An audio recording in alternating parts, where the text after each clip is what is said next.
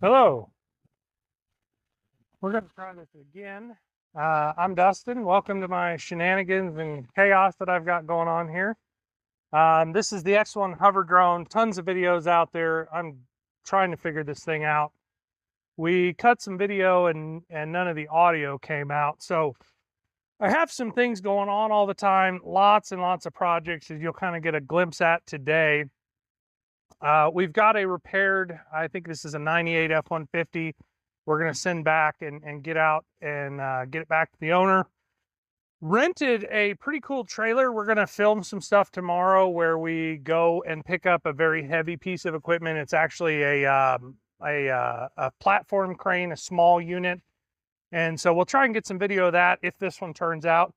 This one is a 22 gross vehicle weight Big Tex. We rented it from Sandcrest Trailers, so thank you. Shout out to those guys. I've bought a lot of trailers from them. I don't always need a trailer this heavy, but for what I'm doing tomorrow, it's going to. You can see we're pulling it with a 2016 Duramax, so that'll be a good trip for tomorrow. As we kind of take a lap around the project area, if you will, you can kind of see some things in the background. I have many trailers. I've bought most of them from Sandcrest. Been really good to deal with.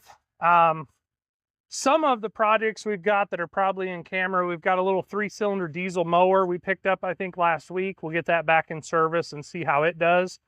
We've got an old U-Haul truck that has a 21-foot frame. It is a gas engine truck with a very low gear ratio. If anybody has rented a U-Haul out there knows that they typically pull pretty well. I would prefer diesel, but for our first rollback that we're going to build, that's going to be the first project. It does run and drive.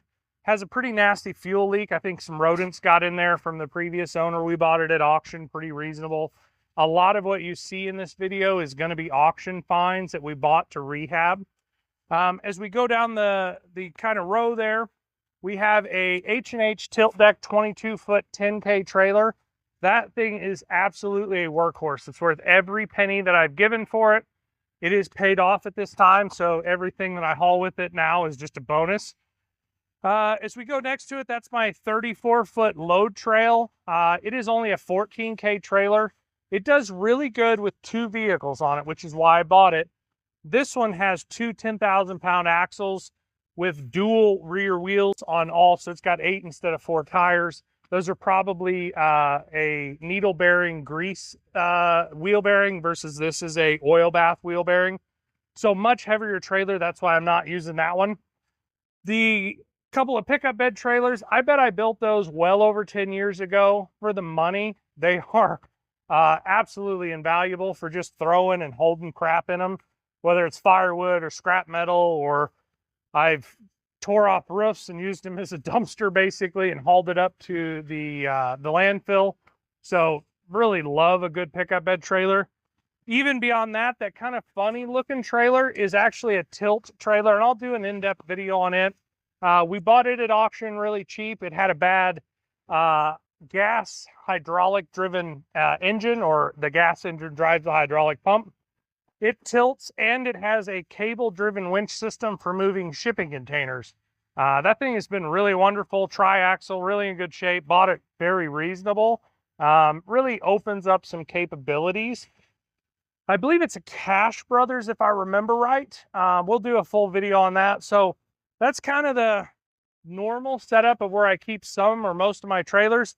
As we kind of pivot, and we're just going to kind of stay here. I can do some more in-depth videos later. But you can see kind of the up-and-coming rehabilitation line back there behind me. I really kind of focus on a lot of Ford products. I like working on Fords. There are many General Motors. I like working on them too. But a lot of those have bad engines or transmissions. And so those are in the lineup to get rehabbed and then sold out into the market again instead of just going to the salvage yard. That's where a lot of people, when they give up on them, that's kind of, they don't know what else to do with them. Like I said, most of those are auction finds, so somewhere around $1,000 a vehicle, give or take. I'll put probably 1 to 2 to maybe even 3,000 in them to get them back up to par, and then we'll list them for sale. So that